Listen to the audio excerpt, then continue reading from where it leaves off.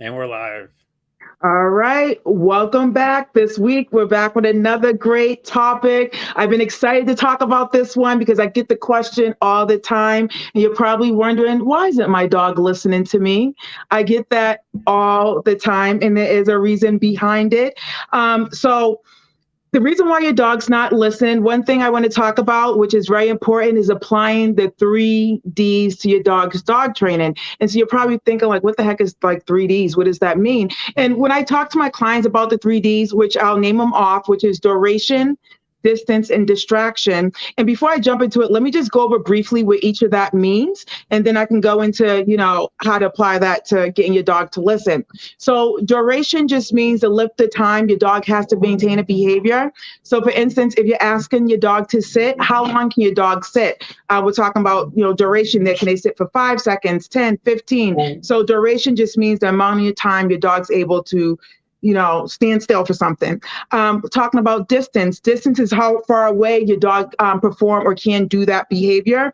And the further away you ask your dog to perform stuff, the harder it becomes. But we'll talk about that. And the biggest one is distraction. And that simply means anything else that's going on around your dog. And so when you're asking them to do a behavior like sit, you have to think about what's going on around your dog. And, the more going on around your dog, the harder it's going to be for your dog to perform that behavior when there's so much distraction. So when I talk about the 3Ds, I'm talking about duration, distance, and distraction. If you're still a little bit confused, let me break it down for you. So for instance, when you're talking about your dog not listening to you, a lot of times, I'll come to a client's home and I'll hear, my dog is great indoors, but outside, when I call them, they don't listen, they don't sit, they don't do anything. You have to apply the 3Ds. And the biggest thing, that comes up too is that, once you apply the 3Ds, duration, distance, and distraction, what usually comes up is that people get so excited and they kind of push ahead. So backtracking a little bit, let's just break the three down. So again, duration just means the amount of time a dog's going to sit for something. So for example, if you want your dog to sit, right? And most people want their dog to sit and stay, not just like sit once and then pop up, right? Yeah. So for instance, when you're working on duration, you want to work with no distractions around you. No, you don't want to work on distance yet. You want to work in a quiet environment. You just want to simply work on your dog sitting and making it easy for them. And the best way to think about this is if you were doing two activities like Scott, say you were playing a piano and you were Yeah. doing a banjo, right? Would you Yeah. practice those both at the same time? That seems Or pretty would you want difficult. to practice? Exactly. You would want Pretty to practice those individually so you can concentrate one on the other. So with Yeah. that being said, when you're working on duration, distance, and distraction, you want to do it one at a time, starting with duration, and then you want to add in some distance and distraction. So with that being said, before you get started with that sit, look at the environment, make sure there's no distractions going on or minimal distractions. And you want to make sure when you're asking your dog to sit that you're standing close by them and you're not providing any distance yet. Okay. So we're Yeah. talking about duration. And then what you do is you want to make it short and simple for your dog. Start off with a few seconds, like having them sit for like 3 seconds. And if it could do 3 seconds, you could do five. But if your dog happens to get up or anything, you want to make it easier for them and just do like a few seconds of sit and stay. And so what happens though, clients get so excited, they do the sit stays, they work on duration, but then they're like, okay, let's just test it out. Let's see if we can move away and have them sit and stay while I walk to the door. And next you know, it's like, oh my God, my dog's not listening. I've been working on this sit and stay, but they're not, I'm walking to the door and they're not staying. Why is that happen? Because you have yet to work on the distance. You have yet to work on the distraction factor of it. So why would Yeah. they listen? Only thing you've been practicing is the duration for them to stay. And we do so too, like with our babies, right? So our babies are like standing up, going like this, and then they fall back down. And then sometimes we'll want to push them a little bit further when we really shouldn't. We should have just probably let them walk on their own. But when we do it, like, come on, you can do it. And they're falling all over the place. But if we give them a few more times to practice on their own and work on, just crawling, then they will walk. And it's the same thing with the duration. Practice that first. Make sure you have a solid sit under your belt. And then you want to work on moving forward with working on distance and distraction. So when you work with Archie on training, did you know anything about the 3Ds or no? Not so much, but I think when we did the like obedience classes and that sort of Yeah, thing, we would do that. So initially, like the first section of classes was like inside. So obviously yeah, it's eliminating the outside distraction. And then yeah, we'd be close, work with them a lot for closeness, and exactly. then distance. And then like the next, it was actually, I think, like a different like set of lessons that was Mhm. distraction. So basically like we're inside, Exactly. and then like the biggest one is distraction. So like the next package of lessons was basically all outside at a park, and then a busier park Exactly. or a quieter park. But it's like, yeah, we had them on like the long lines, and it was like Hmm. that was the distraction is the hardest thing. Like distance and like you said, duration are one thing, but then when you have distractions, other people, other dogs, everything, it's like Yep. the squirrel factor, right? So it's pretty Exactly. hard. Yeah, Yep. Yep. And so, you're working on a duration and stuff like that. And it sounds like the classes, and just to let you guys, and let's let you in on a little secret. When we devise a training plan for you, we come out to your home, we do put in the 3Ds, the duration, distance, and distraction. And like I tell my clients, don't feel bad. And, they get that look like, why didn't I know this? You probably wouldn't know this unless you were told by a dog trainer, unless you Googled it yourself. So don't feel yeah, bad. I'm telling you today so you'll know why your dog's not listening. So we're using sit, for example. So you're working on duration with the sit, you're in your living room, there's nothing going on and everything like that.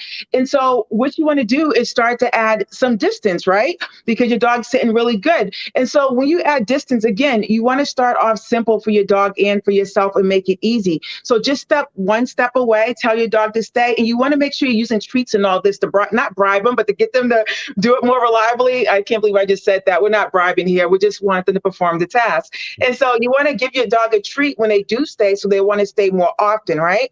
And then if they can stay when you walk 1 foot away, then you can do 2 and 3 and 4. And remember, if you're walking away and your dog gets up and follows you, that means you made it too hard for them. And so you just want to backtrack and warm them up again and just do 1 step away. And so you can play with that for a little bit. And when you're working on like duration and distance and stuff like that, you want to make sure you're probably asking yourself, so how do I know if we're doing one at a time, duration, distance, and distraction, when do I move on, right, to the distance and distraction? yeah, So if we're working on duration or distance or whatever one it is, you want to move on when your dog's reliably performing a behavior at 80%. Okay. So if they're doing those sits at 80%, go ahead and add some short distances. And so then with the distances, once they got that going, then you can add some distraction. And usually, what I tell my clients is, start in your house. If they're doing it in the house, you can go outside in the backyard if you have a backyard, and you can take it on the road, we call it, and try it when you're out and about. But what you want to do is gradually build your dog up to the level of distraction you want them to perform the behavior. Because a lot of times where, you're going wrong is you may have your dog sit inside the house, but great, the same thing, forcing your baby to walk or trying to help them along faster than what they're wanting to. So start in the house, and then next you're like, okay, we're going to do this on a walk, or we're going to do it out at the dog park. And they haven't been practicing in that environment, so you have to keep that in mind.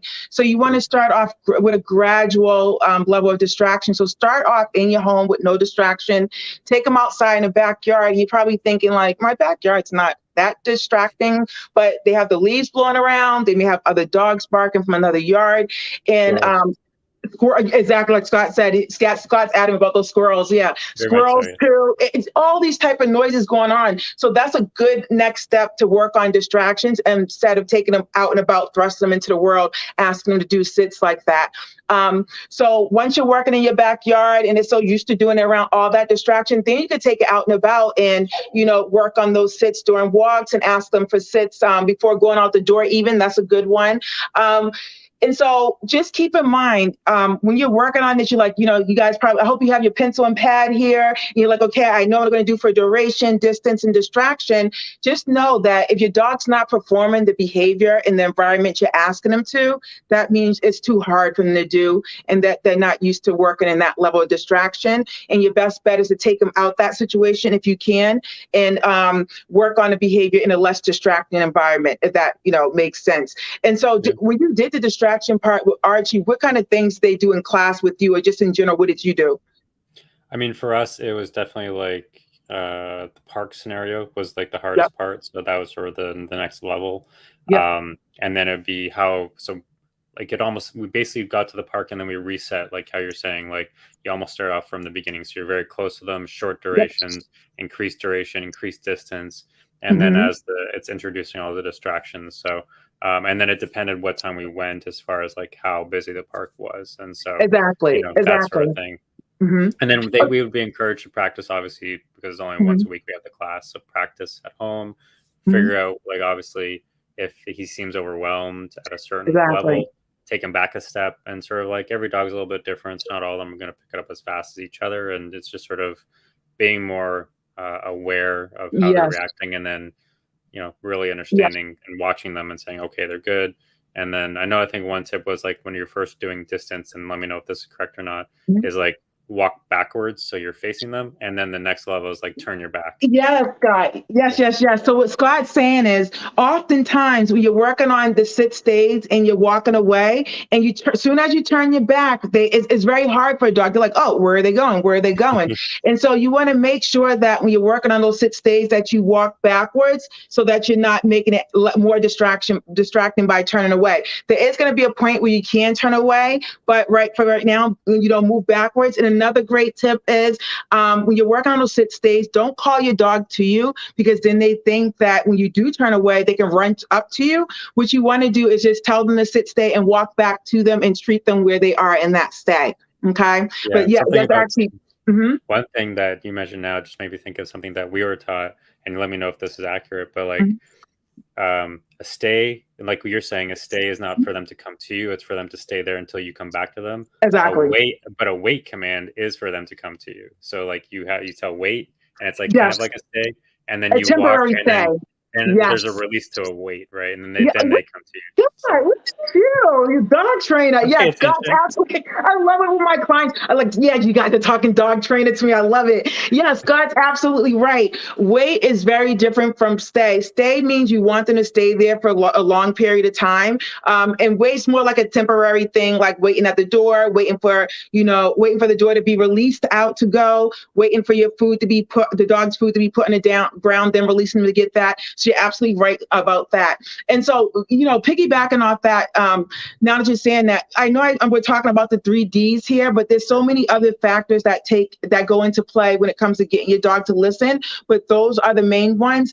And you also want to remember to treat often and liberally, to make your dog want to do that more reliably. And no, treats are not a bribe. We're just getting them to learn to do it more often, because they do enjoy treats. And then eventually we do fade that out. But for now, while they're learning those new behavior, you do want to use treats, and also making sure that they're doing it reliably, and then you can go ahead and keep progressing like that.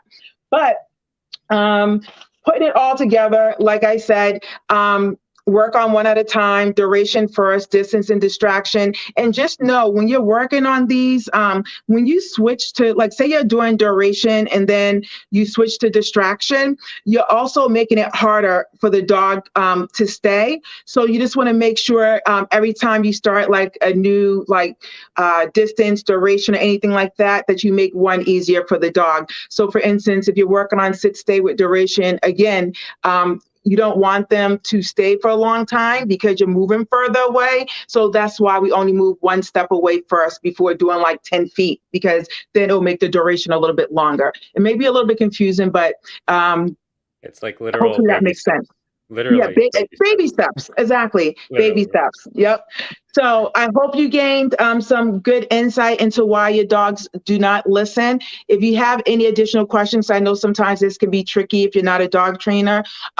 You can always reach out to me. I'm around. You can DM me. You can email me. You can call me. But hopefully this will have you guys on the right track. Scott, do you have anything to piggyback off of here? All that good stuff. And then obviously, like, if you don't have time to always watch our videos, check us out on our podcasts. We turn these into podcasts on Stitcher, Spotify, Apple Podcasts, all those good places. And obviously, if you also, it'd be awesome if you leave a review. And however you can help us out with that, that'd be great. But that's all I got for today. So all right. So we'll see you next week, and enjoy your week and your weekend.